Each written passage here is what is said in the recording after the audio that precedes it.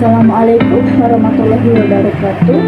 Hai semua, saya Naila Harinisa dari SMA Negeri 1 Palembang, kelas 12 IPA 8. Pada video kali ini saya akan menjelaskan tentang bahan bakar fosil. Bahan bakar fosil sendiri termasuk ke dalam sumber energi yang tak terbarukan. Apa sih sumber energi tak terbarukan itu? Sumber energi tak terbarukan itu dihasilkan dari sumber daya energi yang akan habis jika dipakai secara terus-menerus.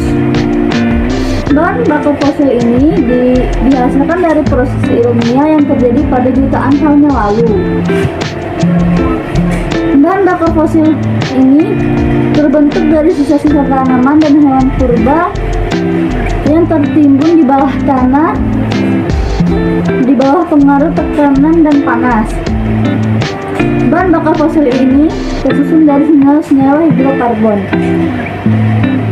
Contoh bahan bakar fosil dalam kehidupan sehari-hari antara lain yaitu ada batu bara, minyak bumi, dan gas alam atau gas bumi.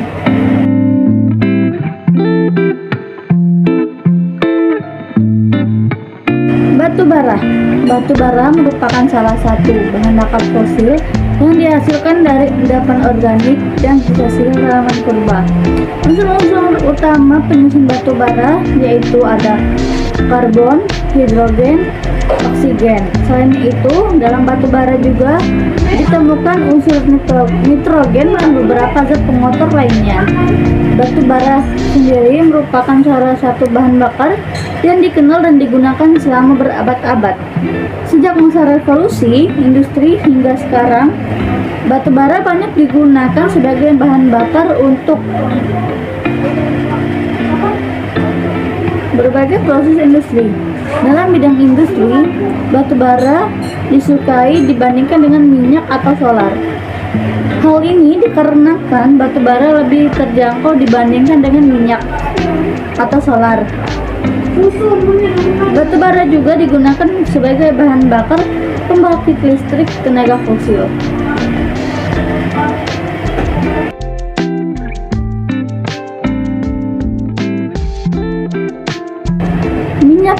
Minyak bumi juga merupakan bahan bakar fosil yang banyak digunakan sebagai sumber energi pada saat ini. Apa sih sebenarnya minyak bumi itu? Minyak bumi diekstraksi dari lapisan atas di kerak bumi melalui proses tambang dengan bentuk cairan kental berwarna coklat gelap atau kehijauan yang mudah terbakar. Minyak bumi terdiri dari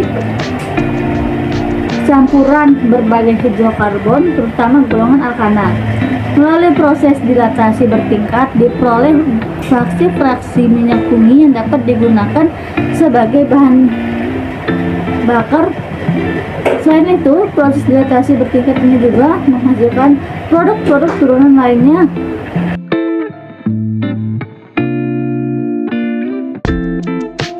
Bahan bakar fosil lainnya yang sering kita temui dalam kehidupan sehari-hari yaitu gas alam atau yang sering kita sebut sebagai gas bumi atau gas rawa. Gas alam ini banyak ditemukan di ladang minyak, ladang gas bumi, serta di tambang batu bara. Komponen utama penyusun gas alam yaitu gas metana atau CH4.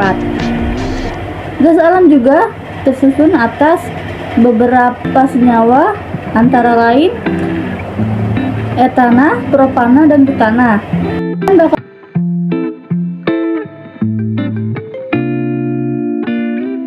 Bahan bakar fosil terdapat kelebihan dan kekurangannya. Kelebihan menggunakan bahan bakar fosil antara lain produksinya dapat digunakan dalam jumlah yang besar, relatif murah, tidak terpengaruh pada lokasi, serta telah teruji dan dapat diandalkan.